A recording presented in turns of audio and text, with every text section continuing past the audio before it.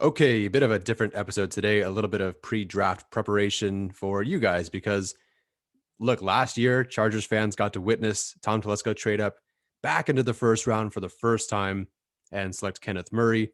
And now everyone's thinking, hey, let's just do that every year, especially because we have more comp picks this year, which is true. You do have more comp picks this year, but things are a little bit more complicated than just giving up a third round pick this year. Now, the reason I have this page brought up is because this is how teams trade up or trade back. If you want to figure out what value you need, to move up, what you have to give up to move up, or what you should receive in return to trade back, you use this. So, for example, the Chargers last year went from 37 to 23, and they gave up. So they obviously give their 37th pick, and they gave up pick 71. So pick 23 is worth 760, pick 37 is worth 530, and pick 71 is worth 235. So the difference in values there was about 5 points. So this draft value chart is important, you guys. It's a good tool for you guys to have as you do your own mock drafts and also as you watch the draft, because once they start getting to certain picks, you realize that this is the trade up range. So for today's video, I'm not going to go over trade back scenarios, just the trade up scenarios, because those are being brought up the most as a way to get the tackle or defensive player that you need in this draft. No one's really considering moving up for, you know, Rondale Moore, right? It's mostly to get one of those left tackles or to get maybe a premier. I guess Kyle Pitts would be the only other guy, but that's it. So I want to go over 4 different scenarios here that are possible because of this chart. And the reason I want to use this chart, but also use the simulation, is because this simulation will kind of give you some trades that, like, they'll say, okay, yeah, just give me that third and you can move up. But on the chart, it doesn't make sense. Like the math would not add up.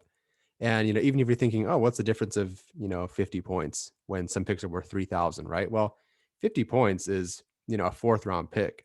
And you don't want to lose that bad in a trade, right? Like I said, when the Chargers traded up, the difference between, what they gave up and what the Patriots had was 5 points, right? And 5 points, that's a big difference, right? Somewhere down here, late sixth round pick. So you want to have it pretty similar, as similar as you can. So the first scenario I want to talk about is, I don't want to say it's the least likely because I think the next scenario is least likely, but I still don't think this one is very likely. And that's that the Chargers trade up from 13 to get a premier pick or a premier player that is not going to be available to them at 13. Now, if they want Penei Sewell, they do probably have to trade up to pick number 5. I just don't think that's entirely realistic. So I think they want to wait it out and they're going to trade up to 10 with the Cowboys. One, because I think the Cowboys or Giants could take Sewell, but two, the Cowboys or Giants could also take Pitts. So I think moving up to 10 is pretty realistic. Like, I think there's a shot that they can do that and it doesn't cost so much. I'm not like moving up to 5. I think moving up to 5, it's just not worth it. There's no pass rusher that's that good. Yeah, I guess as a tackle that good, but I would not give up as much to move up to 5. So this scenario would look like the Chargers moving from 13 to 10. And to do that, you're probably trading up for someone like a Penei Sewell or Kyle Pitts. So your first option here to move from 13 to 10 requires 150 points. So the general range for that is to give up your comp third, the fifth, and your first sixth round pick. So you're going to have to move it, to give up this, and this to move up to here. What did I do wrong? Why does it say unlikely? Oh, comp third, duh. There we go. Okay. So if I send that offer, they accept it. Congratulations. Now, obviously, I don't think the Chargers will do this late. Like, I don't think they're going to, or excuse me, I don't think they'll do it early. They're not going to do it like I just did, before the draft even starts. They're going to wait till someone gets in their range. So unfortunately, who we want is not in the range, right? Pitts goes to 2, Sewell goes to 5. But if they were there and in a range that the Chargers felt comfortable with, that's what it would take. Or maybe they move up for Slater. I don't know. But I do think it's one of Sewell or Pitts that they would move up for. And that's what it would take. So let's go through another scenario. This one is the one I think that needs to be addressed the most. And I think it's the least realistic because it would be catastrophic to the Chargers who are not one corner, one tackle, one defensive player away from contention. And that move would be moving from their second round pick at 47 to somewhere in the first round. Now, the highest they can move. Now, granted, I could give up, based on this chart, I could give up, their second, their 2/3, their fourth, their fifth, 2, 6, and the seventh. Obviously, that's not realistic. So I'm trying to keep it somewhat realistic here. They could move up into the first round two different ways, but the furthest they can move up realistically is 24, because that would require them to give up both of their third round picks. So the difference between pick 47 and pick 24 is 310 points. So they'd have to give up those two third round picks, one third round pick being 205, the other one being 112. So that's pretty close, right? I think it's 317 versus 310, right? So fairly close. And that's what it would take to move up back into the first round as far as realistically possible. Obviously, I'm not giving up future picks here. It's possible to give up a future third as well. But again, I just want to focus on this draft and where we know they can draft. We know where their picks are. We don't know where their picks are going to be next year. So this scenario would take them to the Steelers pick at 24. And look, I could probably give up, move up to here. It says very likely, but again, the math doesn't add up. The difference right now, if I give up both thirds to move up back to 24 or up to 24, the difference in value is like 7 points. If I don't give up that other third round pick, the difference is 105 points, which, again, look at the chart, 105 points. That's another third round pick. That's a top 100 pick that they're not getting in return. So even though it says very likely here on the Mock Draft Network, it's not. It's not. No, the Steelers would not do that. They want both these thirds. Maybe you could tie up something like a fourth, a fifth, a sixth, or something, but it gets really difficult. Even that comp pick, right? 97 is worth 112. Their next pick is worth 58, and their next pick after that is worth 26. So just to match that comp third, you'd have to give up the fourth, the fifth, your sixth, the next sixth, and that's not going to happen. So I do think this is the best way, most realistic way that they could move up. So move up from the second, give up your 2/3 to get pick 24.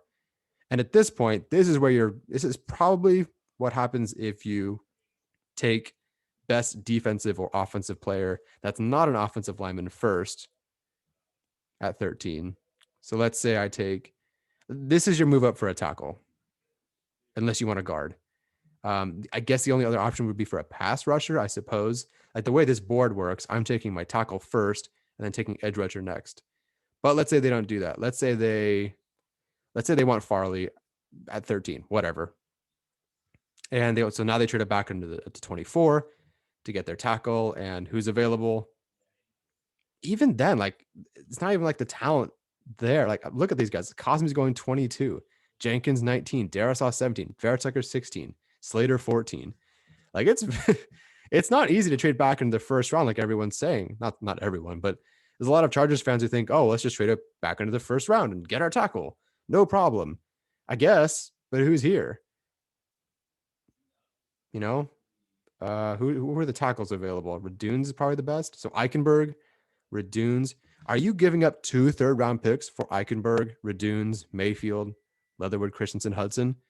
No, I don't think you should. And I just don't think this is a great option for the Chargers at all. Is it possible? Totally. Should they do it?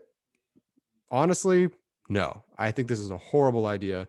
You go from picking 2 players in the top 24, which is great, but if you miss out on 4 players in the top 100. And granted, Josh Myers in the third round and a Trill Williams and, the back end of the third round. I get that those aren't high quality starters or anything, but you need players on your team. So I just don't think this scenario would work out that great. So they take Eichenberg, and that's great. But now you're watching, the Chargers don't pick again until pick 118. We're at 41, 42, 43. Like, watching this go by and all this talent go away. Granted, this is the second round, but we start getting closer to that third round at number 77 and 97. Look at all the talent they're not able to grab. So the Steelers have their pick. Now you don't get like a Walker Little. Now you don't get your, I'm just looking at tackles here. You don't get your, I don't know, Tylan Wallace, Peyton Turner, Quincy Roche, all these guys, they're just gone. You can't pick them now. So I'm not a fan of this scenario. So I wouldn't do that. So I think when we're talking about trades, I think when you're watching the draft, 24 is the pick that you want to watch because that's what the Chargers could do to move up. And that's about where they could go. After 24, the next option that is also realistic without giving up a random assortment of picks is to use your first third round pick to move up back into the first round, which is possible.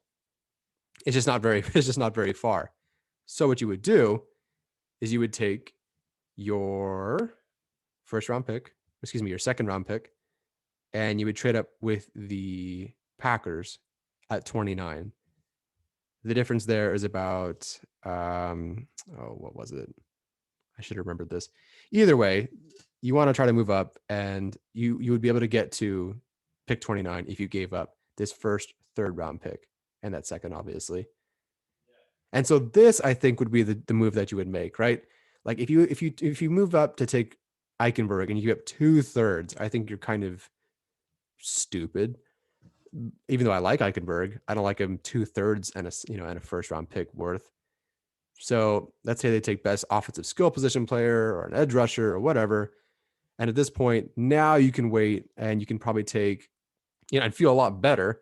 Well, Cosme is here this time. He wasn't last time. But even if, Cosme wasn't there, and maybe he won't, because Cosme just crushed his athletic testing. So now getting a guy like Raduns here isn't too bad. And although you don't pick again until 97, you are at least still picking in the third round. And so that's definitely one of the benefits of having that extra third round pick, because now you get to, you still get 3 guys in day 1 and 2, like anybody else would. Granted that, that third round pick is a little bit later, but if you're smart and you make the right moves, you can find the right guy. Again, though, that does take them out of getting a corner, unless they take a corner early, which maybe. Yeah, but now you're worried. You're either trying to get an edge or a corner. And who's available for corner right now? Like a Debo, maybe, now you're asking some of these guys to start on the outside. Again, you're not taking Way to start on the outside. So if you take a Debo, that's fine. That's not a bad pick to take there. It's just now you're asking these guys to start. And granted, now if you've figured out wide receiver, and offensive tackle, that's great. But your corner position is a little weak now. And with Farley falling and Horn and Surtain moving up, and probably going before the Chargers anyway, it's just really limiting to you. You can't just take Newsome at 13, I don't think. So the last option, which I think is probably most likely because it would cost the Chargers the least, would be to move up in the second round using that compensatory third round pick, which would make a lot of sense for the Chargers. And for that to work, they would trade up from pick 47 to pick 36 with the Dolphins. And this would make sense if you know some Chargers history.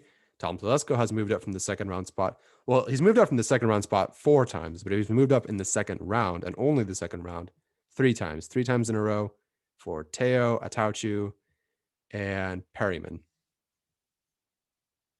So this would be the next option. Again, we can start looking at trades starting at pick 24, but I think that 29 to 36 range is when you're really going to start, wondering what the Chargers are going to do. And at this point, if you're moving up in the second round, I think that is how you get Asante Samuel Jr. Granted, this simulation has him a little bit further back. They have him at like 59, I believe, in their predictive big board. You and I both know that Samuel Jr. is going a lot earlier than that. At most, he's undersized, but otherwise, he's a really good corner. He belongs in the back end of the first round, early second round. So this would be, early second round, a great spot to take him. And at this point, the Chargers have taken care of their interior, so it's not like they need every single one of their picks, and they certainly don't absolutely need that second, third round pick. And so I think this would be the play you make to go get Asante Samuel Jr. If there's someone else there they like better, fine. But I think those of you that want Asante Samuel Jr., waiting for him at 47 is a terrible idea in my opinion.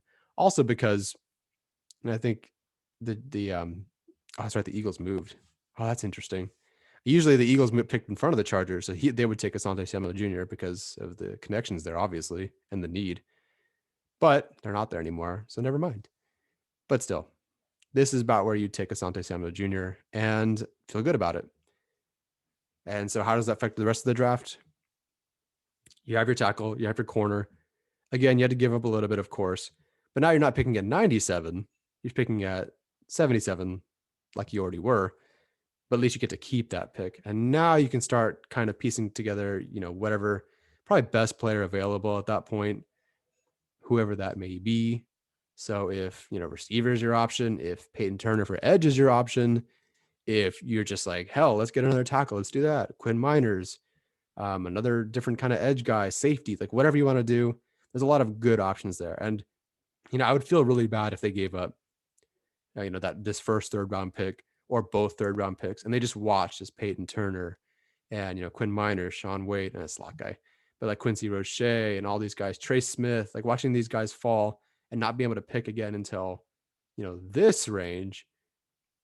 I would hate for that to happen. So I think this is a great option for the Chargers. Let's say they go edge here, and now you have 3 picks in the first 2 days, which is like normal. You just gave up a comp pick to get a better second round pick. And this would be like an A for me. If we go from Slater, Samuel Jr., and Turner, I think that's how you nail the draft if you did it all. Again, I'm not super into trading up, but this is a year where I think they can. Whereas, last year they traded up for Murray and they had nothing on day 2. Whereas in this case, they have their first round pick. They have a better second round pick, and they still have a third round pick. And I think everybody wins. The Dolphins trade back and accumulate. The Chargers get potentially at least 2 starters and then one guy who I think can, create some real damage for a third round pick. I think he's being, super underrated. So that's kind of, I think it'll go. So please, as you guys are doing these simulations, keep, take note of what the numbers actually are, because while the simulation could say that I just give up 1/3 to move up to 24, it doesn't work like that. It doesn't really work like that in real life. So, pay attention. Use the calculator if you want, or don't. Just keep running the simulations that I did. 2/3 to move up to 24, or a third, a fifth, and a sixth to move up to 10, or 1/3 to move up to 29, or the back third to move up to 36. You can keep playing with those scenarios moving forward, so you at least have a realistic idea of what to expect. Because if you're at, if they're at pick 21 and you're thinking, okay, the Chargers should trade it for this guy, it's probably not going to happen yet. You want to wait a little bit longer for when the picks start making sense, because the math checks out.